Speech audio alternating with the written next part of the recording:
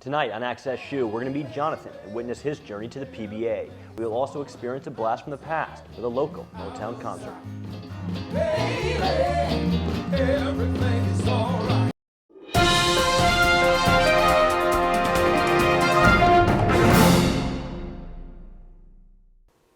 Hello and welcome to Access SHU. I'm Katie Anderson. And I'm Chris Rogers. The NFL draft is less than 30 days away. Young men from across the country will have a chance to play a game they love and hopefully become a household name. Jonathan Sellers is pursuing a similar goal. Unlike those prospects, Jonathan wants to take his talent on tour to the PBA. Here's his story. Kids who dream about becoming a professional athlete envision themselves hitting a game-winning shot, leading a team to the Super Bowl, or hitting a walk-off home run. Those same kids all hope one day they'll be drafted to the NBA, NFL, or Major League Baseball. Jonathan Sellers has a different dream. Jonathan Sellers is in a lane of his own. It's Sunday morning. Jonathan Sellers is hard at work as the full-time organist at the Russell Temple Church in Bridgeport, Connecticut. At night, he is also working on his game in hopes of joining the Professional Bowlers Association. Jonathan started bowling at an early age. His love for the game grew instantly. My grandfather brought me and my cousins every Saturday to Town Fair lanes in Stratford, and that's where it all started. My dad was an avid bowler. He had us in the bowling alley when we were young in leagues. I remember going to Town Fair bowling lanes, and that's when he got us to bowling. And then after he taught us, then we taught Jonathan. And then when he went to Worcester, he joined the bowling league. He was there. Then he said he always wanted to own Town Fair bowling lanes. That was one of his dreams when he was growing up. But then when they sold it, that kind of shattered it. But then he took a break from bowling, which I didn't think was the wisest choice, but I'm a mom. And he went into basketball during high school. But that's how he started, by my dad being an avid bowler. A lot of people think bowling is not a sport. In fact, they believe it's just a recreational game. I have my PBA card for about 2 years now, but this past year I bowled in the PBA regional and I finished second place, so that really gave me the confidence to keep going and grinding to get that first PBA title. The real key to bowling is being consistent. Like from the pros are the most consistent because the object of bowling is everybody wants to strike. So when you say physical, everything. So that's why if I always wipe my shoes off, wipe my ball off to get in a consistent rhythm so my body is doing the same thing over and over so I can be consistently doing the same thing and try to strike all the time. So you have to be physically, actually you have to be in shape too. Be in shape to endure long tournaments because there's certain tournaments that have long formats with long multiple games and your body got to withstand all of them basically. So. Tom Clark, commissioner of the PBA, estimates out of 250 bowlers competing in the World Series of Bowling, 10 are African American. The reason why I feel like there's a lot of lack of black bowlers in PBA is finances. I feel like a lot of black bowlers know that the financial reward is not the same as like a basketball or baseball, football.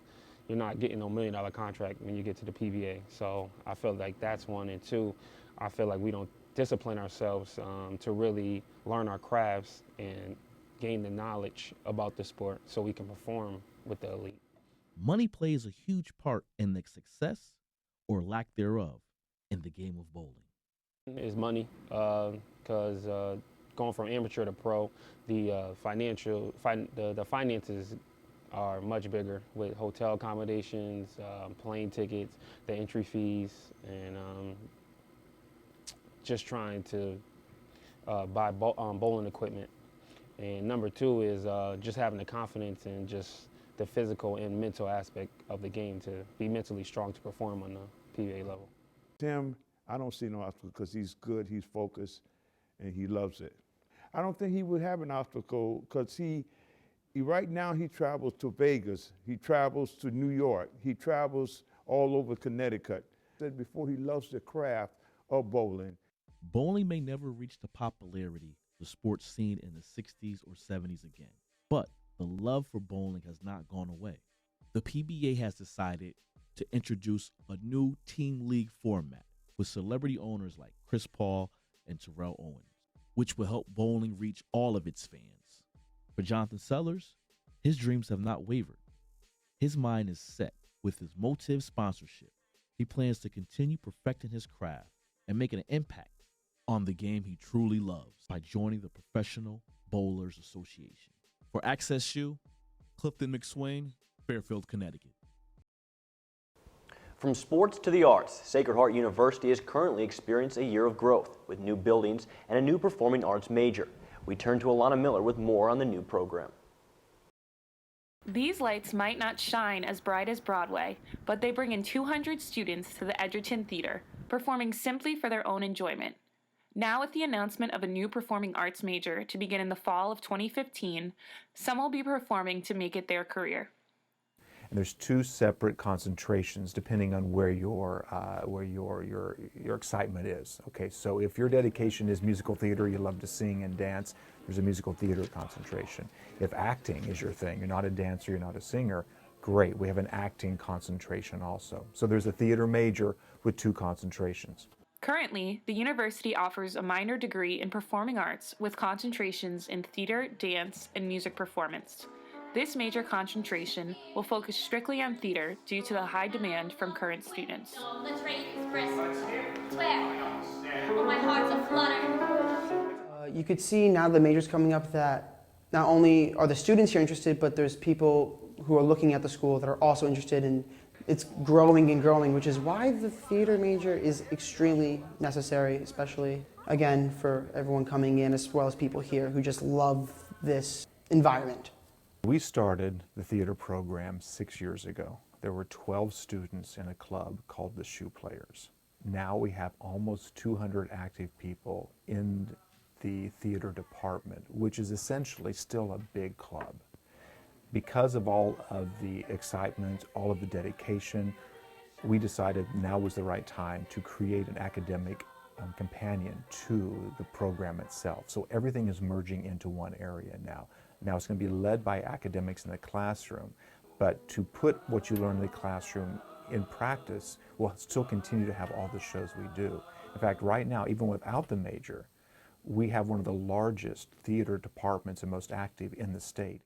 With Fairfield just a little over an hour from New York by train, this program offers unique experiences for those who want a comfortable environment, away from the pressures of the big city.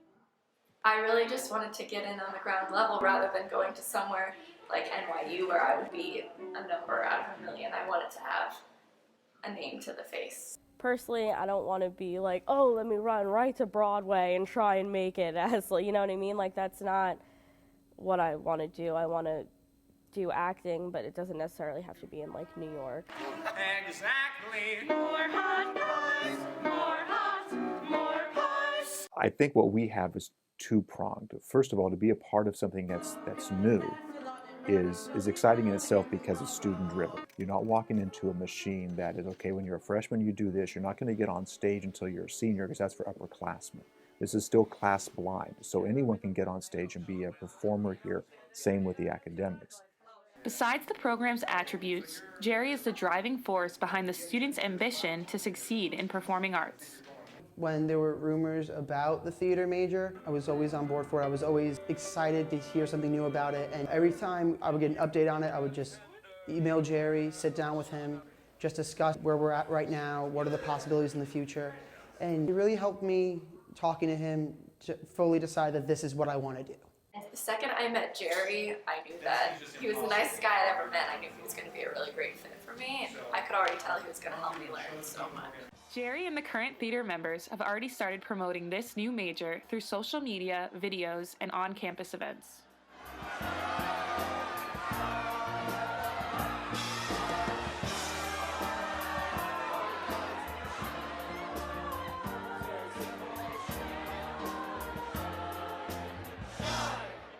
We are are in the process of doing a national announcement. We'll focus, again, it's always low-hanging fruit. Where are the students who are, theater geeks to begin with? Where are they around the country? And we talk to the guidance counselors. We get into all the trades, the industry, and to make sure that people really get to find out what we're about.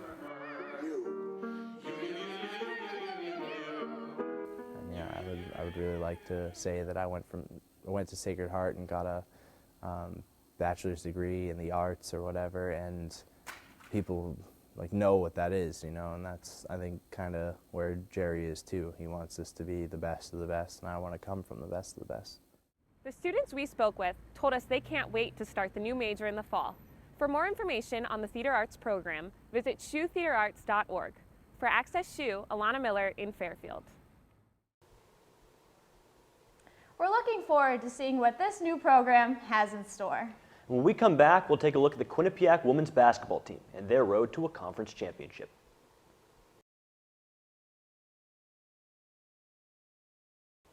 Welcome back. Winning is hard, dominating is daunting, but perfection is nearly impossible. But one team showed us it can be done, twice. Here's Luke with the story. It's another perfect ending for UConn. The 2014 national champions for an unprecedented 9th time. Once again, Gina Auriemma and UConn stood atop women's college basketball last season with an undefeated year and a national championship. But just down the road from Storrs is Hamden and Quinnipiac University, a small private college with its own basketball success. Trisha Fabry has lifted the women's basketball program at Quinnipiac to soaring heights. The Bobcats followed up a 2013 NEC title with a championship of their own in the MAC.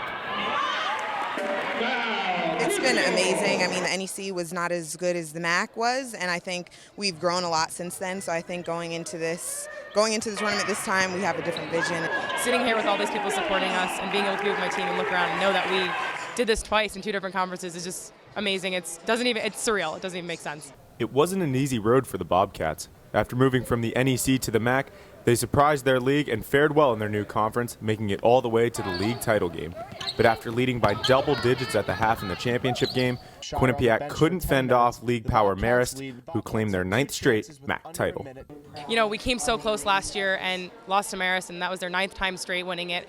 And I think it just really fueled our fire. I mean, it was our motivation the entire season. We have pictures in our locker room of when we lost. We have the score of at halftime and the final score.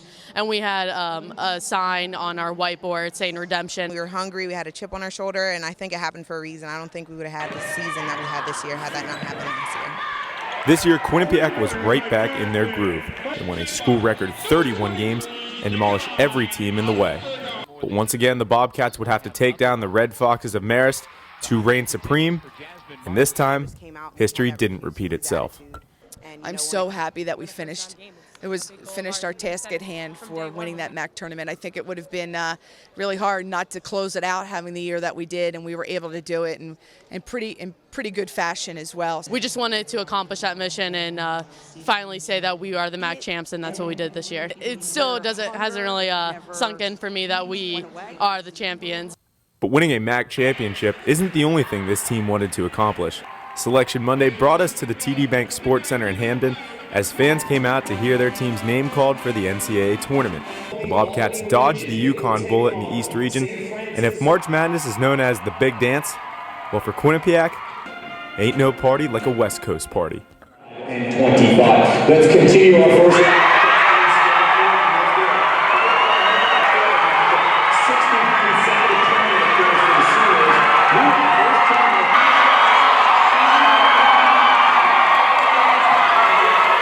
I didn't really know what to think at the moment, except for just to be happy. I didn't really see who we were playing. I just saw our name up there, and then, I let the rest sink in, where we were playing, who we were playing, and we're just very excited and can't wait to go out to Cali. I was really pleased with the seed, first and foremost.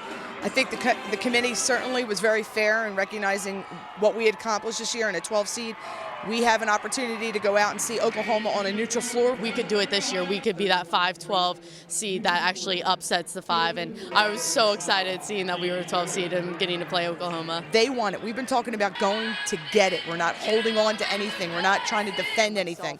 It's the same mentality. We're going to go get it. We've got to go through Oklahoma and get that second game. But we're going to be prepared mentally and physically to go get this win out in California.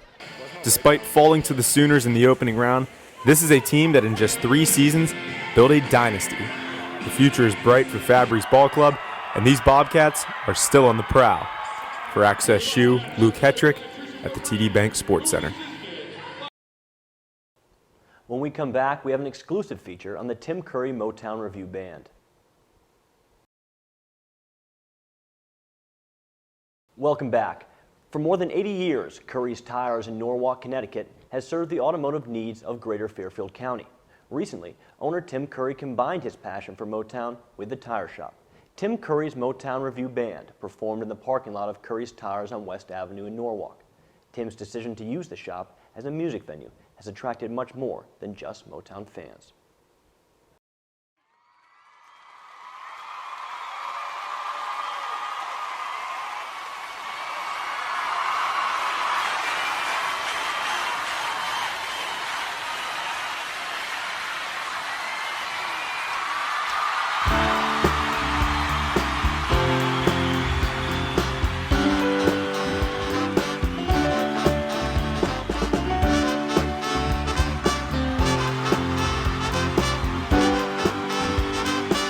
It's just such a high, and I can understand now why musicians and original artists do what they do, because the feeling that you're bringing to other people is just tremendous. Just hold on, I'm coming. Hold on, I'm coming. Just hold on, I'm coming. Hold on. Hi, I'm Tim Curry from Curry Tire.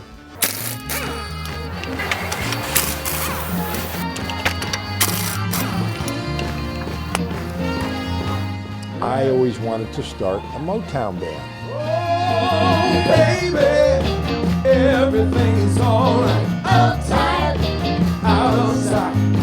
Baby, everything is alright. Uptight, outside.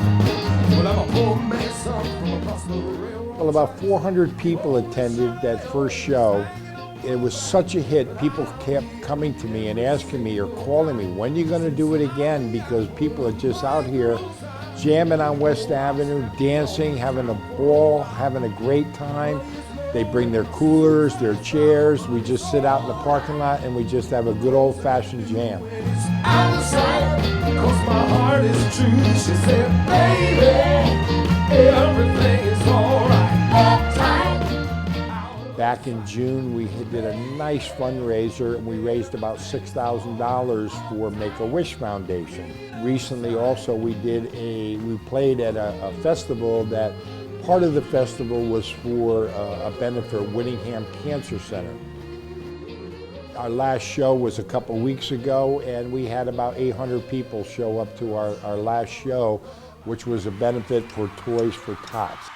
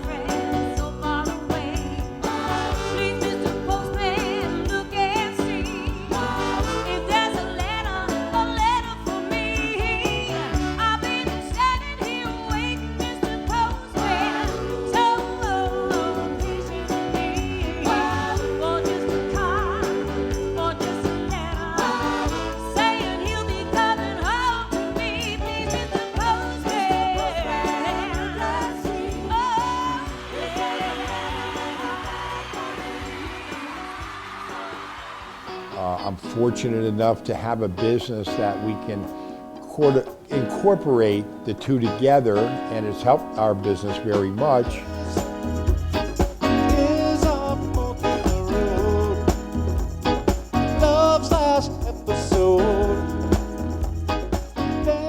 Again, it's that piece of property in the universe to me that, you know, it's like it'll always be a tire shop and it'll always be successful here no matter what the competition is. We're still here doing it. We take care of people. My grandfather said 3 things. You be honest with people, you give them a fair price and good service, and you'll always stay in business.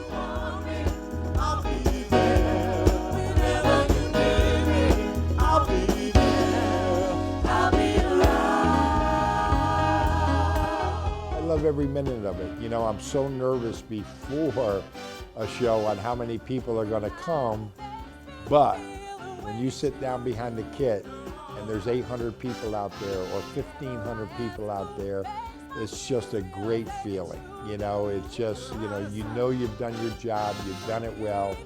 God has kept me here to make people happy. We'll still keep our tradition going at Curry Tire. That's something that I enjoy very much, and I take great pride in our family in servicing the community, whether it's through Motown or their tire needs, but we're here to benefit the people. It's all worked out, fantastically.